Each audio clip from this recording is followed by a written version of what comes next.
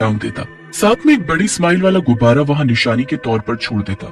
जब मौत के खुलासे के लिए पुलिस ने छानबीन करनी शुरू की तो उन्हें पहले लगा कि ये कोई सीरियल किलर गुब्बारे वाला है, पर पता करने पर एक नया सच सामने आया कि उस गुब्बारे वाले की मौत तो कुछ महीने पहले ही हो चुकी थी। ये गुत्थी उलझी ही हुई थी कि एक ऐसा हाड़ा सामने आता है जिससे पुलिस वाले भी दंग रह जाते हैं।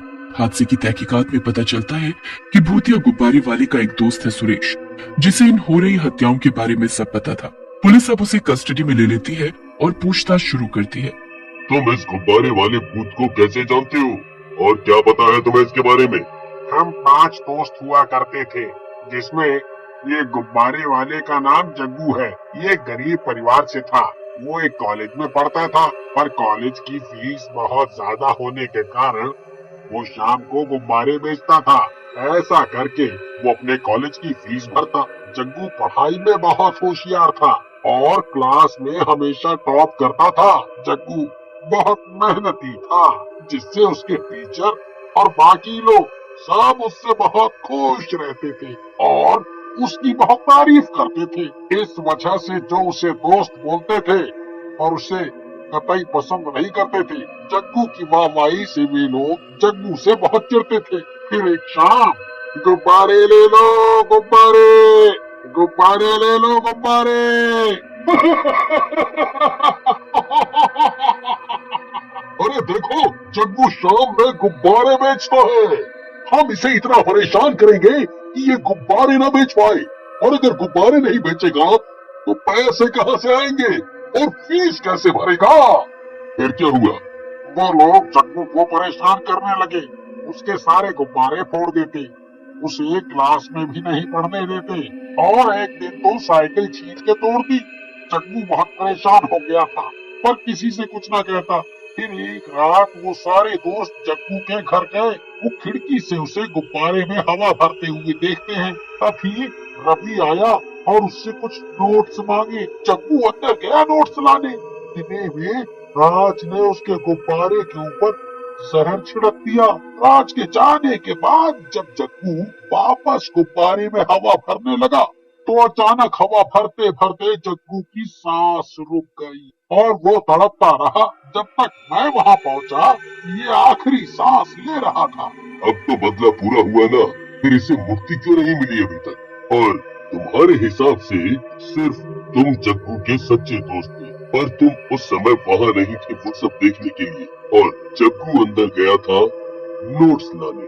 तो तुम्हें ये सब कैसे पता कि क्या हुआ? वो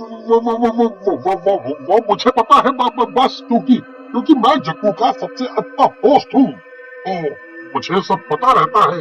ये सुनकर सुरेश घबरा जाता है और नजरें चुराने लगता है। सुरेश के याद करने पर भूतिया गुब्बारे वाला पुलिस के सामने प्रकट होता है। वो मेरा दोस्त है, उसे छोड़ दो वरना अच्छा नहीं होगा। देखो, हमने तुम्हारी कहानी सुनी, हमें तुमसे हमदर्दी है, पर इस केस की वजह से शहर में खौफ पैदा हो गया है। लोग बाहर जाने से डरने लगे हैं। हमारे ऊपर बहुत प्रेशर है।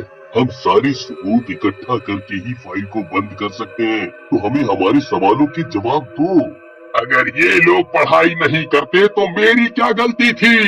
मुझे पढ़कर बड़ा आदमी बनना था, पर इन्होंने मेरे सारे सपने तोड़ दिए और अब मैं एक भूत बनकर रह गया हूँ, इसलिए मैंने इन्हें मार दिया। तुम हर लाश के पास एक स्माइल वाला गुब्बारा छोड़ के जाते हो, क्यों? उसका क्या मतलब है? क्योंकि ये लोग इसी बात का मजाक बनाते थे कि मैं एक गुब्बारे वाला हूँ, कॉलेज के बाद गुब्बारे बेचता हूँ। अरे गुब्बारे बेचता भी था तो इन्हें क्या? अगर मैं नहीं बेचता गुब्बारा तो मेरा खाना खर्चा कौन भरता? मेरे माँ बाप इनके माँ बाप की तरह अमीर नहीं, मेरे घर में इतना पैसा नहीं, गरीब हूँ तो क्या? पढ़ाई का हक नहीं मुझे? क्या मेरे सपने ऊंचे नहीं हो सकते? सुरेश देखता है कि पुलिस और जग्गू का भूत बातों में उलझे हुए हैं।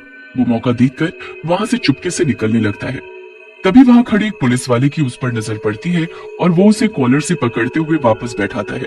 सुरेश के पसीने छूट रहे होते हैं। पुलिस को सुरेश पर शक तो था ही, पर उसकी ये हरकत पुलिस को और मजबूर कर देती है सुरेश को हिरासत में। अरे सर, मैं क्यों भागूंगा? मुझे तो जरा 1 नंबर जाना था, तो बस वही। पुलिस एक कांस्टेबल के साथ सुरेश को चौकी के बाहर भेज देता है। सुरेश इधर उधर देखता है और वापस भागने की कोशिश करता है और पुलिस उसे पकड़कर वहीं एक पेड़ से बांध देती है और कहती है, अब बता तू क्यों भागा? अरे अरे सर, आपको मुजरिम तो मिल गया ना उन सभी का। मैं रुकूं या जाऊं, क्या फर्क पड़ता है? मेरे पीछे क्यों पड़े हो? ये देख भूतिया गुब्बारे वाला पुलिस को पकड़ता है और उसे हवा में टांग देता है और सुरेश को खोल देता है। आया मजा। जो मेरे दोस्त को परेशान करेगा मैं उसको छोड़ूंगा नहीं। जग्गू, तुम बहुत बड़ी गलती कर रहे हो। ऐसा तुम्हें दिख रहा है, वैसा है नहीं, और जो है वो शायद तुम देख नहीं पा रहे हो। जग्गू भूत पुलिस की एक नहीं सुनता और उसे गुब्बारे में कैद कर देता है और सुरेश को अपनी शक्ति से सुरक्षित कर देता है। सुरेश को लगता है कि अब कोई उसका कुछ नहीं बिगाड़ सकता, तो सुरेश जोर जोर से हंसने लगता है और कहता है, सब पागल हैं, सब मेरी बातों में आ गए। यहाँ किसी में दिमाग नहीं है। क्या हुआ सुरेश, तुम ऐसे क्यों बोल रहे हो? तुम तो मेरे दोस्त हो ना। अरे पागल, मैं तुम्हारा कोई दोस्त नहीं हूँ। और एक बात बताऊं, तुमसे बड़ा बेवकूफ कोई नहीं है। तुम्हें एक और सच बताऊं कि तुम्हें मारने वाला कोई और नहीं, मैं ही था। नहीं, ये नहीं हो सकता। मैंने उन तीनों को ही देखा था वहाँ। तुम नहीं मार सकते मुझे। तुम तो मेरे दोस्त हो ना। चलो एक बार फिर से एक कहानी सुनाता हूँ। और पुलिस जी, आप शायद ठीक ही सोच रहे होंगे। आप भी अब सुन ही लो, चाहे दिमाग के घोड़े ज्यादा न दौड़ाने पड़े। तो बात ऐसी है कि टॉप जग्गू करता था और बनता भी था, क्योंकि वो मेहनत बहुत करता था पढ़ाई में। पर जग्गू के आने से पहले तक वो तारीफें, वो रुतबा, वो वाहवाही मेरी थी। और जब से ये आया, कॉलेज के प्रोफेसर तो जैसे जग्गू के नाम की माला ही जपने लगे थे। ये सब देखकर मुझे बहुत दुख होता था और मैं अपने आप को इतना बेचारा कैसे रहने देता। फिर मैंने जग्गू तुमसे दोस्ती की और तुम्हारे बारे में सब जानकारी हासिल। अगर तुम्हें मुझसे कोई लगाव था ही नहीं तो ये दिखावा क्यों किया था तुमने? मैं तो नहीं आया था तुमसे कोई मदद लेने कैसे भी। तो मुझे कॉलेज में फेम कैसे मिलता? तुम्हारी मदद करने से मुझे सारे टीचर्स इज्जत देने लगे थे और तुम्हारे साथ रहने की वजह से मैं भी उनकी नजरों में हमेशा आता था। तो मतलब वो जहर उन्होंने नहीं डाला था? अरे नहीं, बिल्कुल नहीं। पर तुम वहाँ तो थे नहीं और मैंने तुम्हें मेरी लाश के पास रोता हुआ भी देखा था। वो सब क्या था फिर? दिखावा, सिर्फ और सिर्फ दिखावा। अपनी जान बचाने के लिए मैं तुम्हारे पास आया और रोने का नाटक किया, जिससे किसी का भी शक मुझ पर न आए। ये सब सुन भूतिया गुब्बारे वाला पुलिस को मुक्त करता है अपने बंधन से और सुरेश को मारने जाता है। जग्गू, इसे कानून सजा देगा। तुम इसे हमारे हवाले कर दो। जग्गू एक नहीं सुनता और सुरेश को जादुई गुब्बारे में बंद कर देता है, जिससे उसका दम घुटने लगता है। तभी वहाँ एक तांत्रिक आ जाता है और जादुई मंत्र पढ़कर सुरेश को मुक्त कर देता है।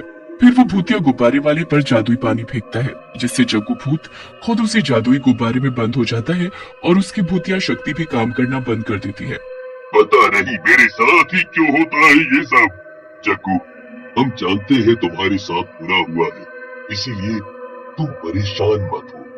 पुलिस टीम तुम्हारे साथ है और तुम्हारे कातिल को सजा मिलके ही रहेगी। पुलिस तांत्रिक को सच्चाई बताती है कि भूतिया गुब्बारे वाले के साथ क्या हुआ था और सुरेश असली दोषी है। सारी सच्चाई जानने के बाद तांत्रिक को जग्गू भूत पर दया आ जाती है और वो अपनी शक्ति वापस लेते हुए भूतिया गुब्बारे वाले को आजाद कर देता है। पुलिस सुरेश को घसीटते